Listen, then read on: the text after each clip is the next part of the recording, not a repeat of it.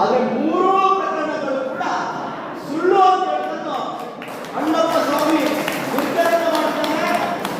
ಈಗಾಗಲೇ ಕಾನೂನಾತ್ಮಕವಾಗಿ ಇದು ವ್ಯಕ್ತಿಗಳಾಗೆಲ್ಲ ಕಾನೂನಾತ್ಮಕವಾಗಿ ಇದಕ್ಕೆ ಒಂದು ರೀತಿಯ ಏನು ಷಡ್ಯಂತ್ರ ಇದೆಯೋ ಗೊತ್ತಾಗಿ ನೇತ್ರಾವತಿನಲ್ಲಿ ಹೇಗೆ ಪವಿತ್ರವಾಗಿ ಹರಿಯುತ್ತದೋ ಅದೇ ರೀತಿ ಆ ನದಿಯಲ್ಲಿ ಈ ಷಡ್ಯಂತ್ರಗಳೆಲ್ಲವೂ ಹತ್ತೋಗಿದೆ ಅಂತ ಹೇಳುವಂತ ಮಾತನ್ನು ಈ ಸಂದರ್ಭದಲ್ಲಿ ಹೇಳಿದ್ದಾರೆ.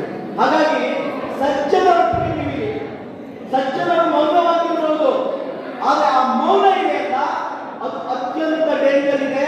ಆ ದುರ್ಜನರನ್ನು ಬದಲಾವಣೆ ಮಾಡುವಂತ ತಾಕತ್ತು ಸಜ್ಜನರಿಗೆ ಇದೆ ಅಂತ ಹೇಳೋದು ನೀವೇನು ಅರ್ಥ ಮಾಡ್ಕೊಳ್ಬೇಕು. ಹಾಗಾಗಿ ಸಜ್ಜನರೊಟ್ಟಿಗೆ ಸೇರುವಂತ ಕೆಲಸವನ್ನು ತಾವೆಲ್ಲರೂ ಮಾಡಿ ಅಂತ ಹೇಳುವಂತ ವಿನಂತಿಯನ್ನು ಈ ಸಂದರ್ಭದಲ್ಲಿ ಮಾಡ್ತಿದ್ದೀವಿ. ಒಂದು ಕಡೆ ಒಂದು ಆನೆ ನದಿಯಲ್ಲಿ ಸ್ನಾನ